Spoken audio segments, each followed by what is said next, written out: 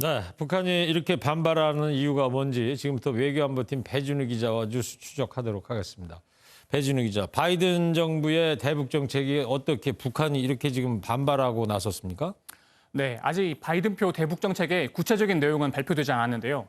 일단 북한 김정은 위원장과 비핵화 담판을 지으려던 트럼프식 일괄 타결도 아니고 또 대북 제재 압박을 통해서 북한이 못 참고 협상하러 나올 때까지 기다리는 이 오바마식 전략적 인내도 아닌 실용주의를 취하겠다는 입장입니다.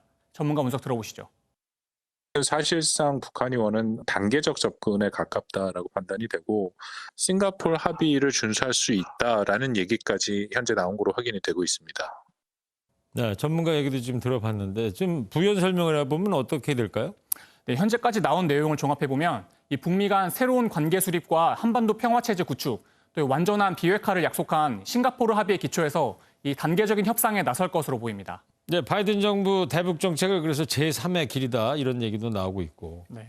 김여정 노동당 부부장이 대북 전단 살포를 또 경고하고 나섰습니다.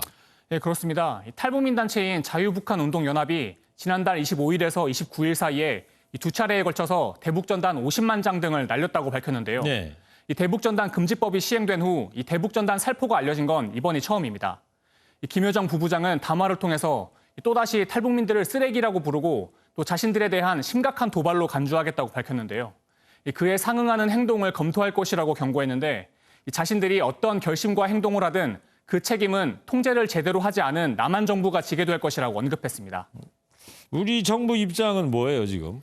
일단 우리 정부는 접경 지역 주민의 생명과 안전을 보호하고 이 남북한 합의 이행과 한반도 평화 진전을 위해서 최선을 다해왔다는 건데요. 이 북한을 포함한 어떤 누구도 한반도에서 긴장을 조성하는 행위에 대해서 반대한다고 밝혔습니다. 네. 이 작년에 대북 전단 문제 삼으면서 남북 연락 사무소 폭파시키지 않았습니까? 예. 이번에도 또 도발로 이어지지 않을까 좀 우려가 됩니다. 예, 그런 우려가 나오고 있습니다. 지난해 6월 4일에 김여정이 대북 전단을 경고하고 나선 이후에 이 통전부 대변인과 리선권 담화 등이 나오다가 2주 만에 남북 연락사무소를 폭파해버렸습니다. 올해에는 김여정이 지난 3월 한미 연합 군사훈련을 문제로 삼으면서 이 조국 평화통일위원회와 금강산 국제관광국 또 9.19 남북 군사합의 파기를 언급했는데요. 이 대남 대화와 선전선동을 담당하는 조평통과 또 이 금강산 관광 사업을 맡는 기관을 없애서 상징적인 타격을 가하겠다는 거죠. 네. 또 여기에 접경 지역에서 상호 적대 행위를 중지하기로 명시한 9.19 군사 합의를 파기할 수 있다고까지 말하기도 했습니다.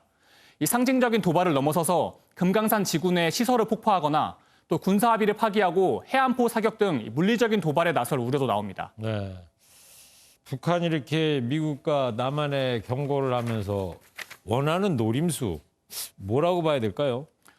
네, 결국 미국과의 협상에서 우위를 차지하기 위한 압박용 카드로 보입니다. 이 북한은 단계적인 협상을 통해서 대북 제재 해제를 원하고 있고 또 미국은 완전한 비핵화를 위한 최종 로드맵이 있어야 한다며 그동안 대립해왔는데요. 이 북한은 대화 재개를 위해선 미국이 대북 적대시 정책을 철회해야 할 것을 조건으로 내걸고 있고 또 미국이 북한 인권을 지적하는 것에도 반발하고 있습니다. 네. 또 지난 3월부터 이어진 담화 공세와 또 미사일 도발의 연장선상에서 이 미국을 압박하고 또다시 한반도의 긴장을 높여서 이 자신들의 요구를 관철하는 이 북한의 전형적인 행태라는 분석이 나옵니다. 네. 자, 이 북한이 또다시 도발에 나서서 벼랑끝 전술에 나서는 게 아닌지 좀 걱정이 되고요. 한반도 평화를 볼모로 한 벼랑끝 외교에 국민이 불안한 상황이 되지 않기를 바랍니다. 배준우 기자였습니다.